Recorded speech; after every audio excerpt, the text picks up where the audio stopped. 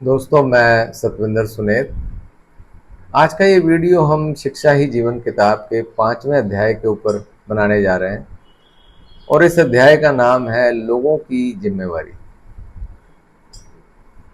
जैसा कि हमने देखा है, आज पंजाब में भी और नॉर्थ इंडिया की बहुत सारी स्टेट्स में जो माँ बाप हैं वो बच्चे की शिक्षा को लेकर, खासकर जब उसको उसकी एडमिशन कराने की बात आती है स्कूल में, तो बहुत ज़्यादा परेशान नज़र आते हैं, चिंता में नज़र आते हैं। अगर वो अपने बच्चे की एडमिशन किसी ऐसे स्कूल में कराना चाहते हैं जहाँ पढ़ाई अच्छी है, तो वो वहाँ की फ़ीसें देखकर घबरा जाते हैं। बहुत सारे आज ऐसे स्कूल हैं जहाँ अगर पढ़ाई अच्छी है तो उनकी फ़ीसें बहुत ज़्यादा हैं, जो कि आज आम परिवार के लोग नहीं दे पाते। अगर वो किसी ऐसे स्कूल में बच्चे की एडमिशन कराते हैं जहाँ फ़ीस कम है, तो फिर उन्हें देखकर ये बहुत चिंता होती है कि यहाँ पढ़ाई अच्छी नहीं है। फिर वो सोचते हैं कि यहाँ बच्चे को पढ़ाने का क्या फ़ायदा, इसकी ज़िंदगी, इसकी लाइफ ख़राब हो जाएगी। तो जब हम इस विषय पर बहुत सारे शिक्षा से जुड़े जुड़े लोगों से बातें करते हैं, तो हमने देखा है कि उनमें भी इस विषय को लेकर भारी निराशा है। वो कहते हैं कि शिक्षा का मसला इतना बड़ा है, इतना गंभीर है कि इसमें सुधार तो सरकार के द्वारा ही किया जा सकता है। हम क्या कर सकते हैं? हम तो सिर्फ अपनी चिंता ही व्यक्त कर सकते हैं।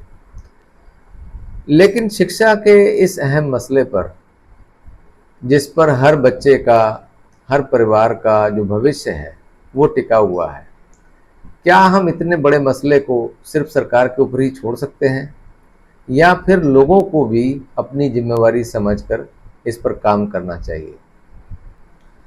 तो हमने इस अध्याय में कुछ देशों का जिक्र किया है। पहले भी हमने कुछ वीडियोस में दुनिया के बहुत सारे ऐसे देशों के बारे में बात की है जिन्होंने शिक्षा में बहुत तरक्की की और जिसके बल पर आज वो देश बहुत ज़्यादा अमीर और खुशहाल हैं, सफल हैं।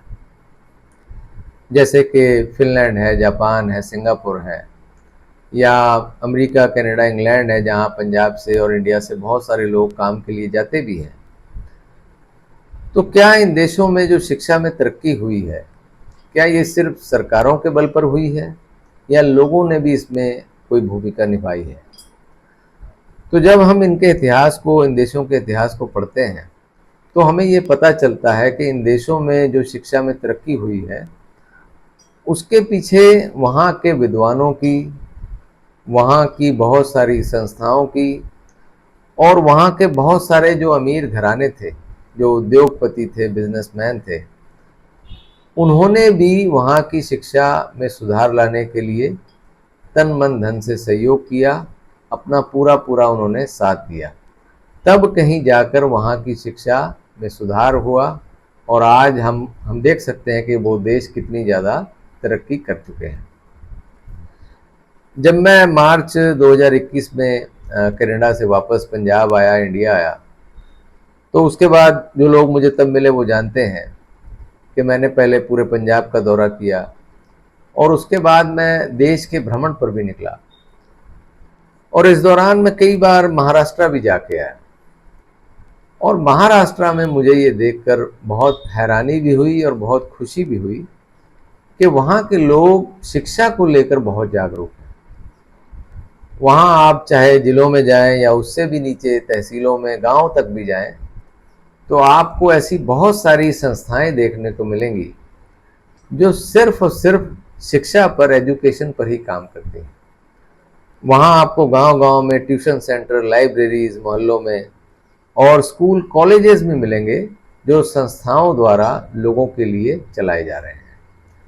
और इसी वजह से आज महाराष्ट्र जो है पूरे इंडिया में शिक्षा के मामले में सबसे अव्वल राज्यों में से एक राज्य है। तो ठीक इसी तरह हमें भी पंजाब में और इंडिया की बहुत सारी ऐसी स्टेट्स में, राज्यों में जो शिक्षा में पीछे रह गए हैं, हमें भी ज़रूरत है कि आम लोग भी आगे आएं और शिक्षा में सुधार के लिए काम करें और सिर्फ सरकारों के ऊपर ही निर्भर ना रहें।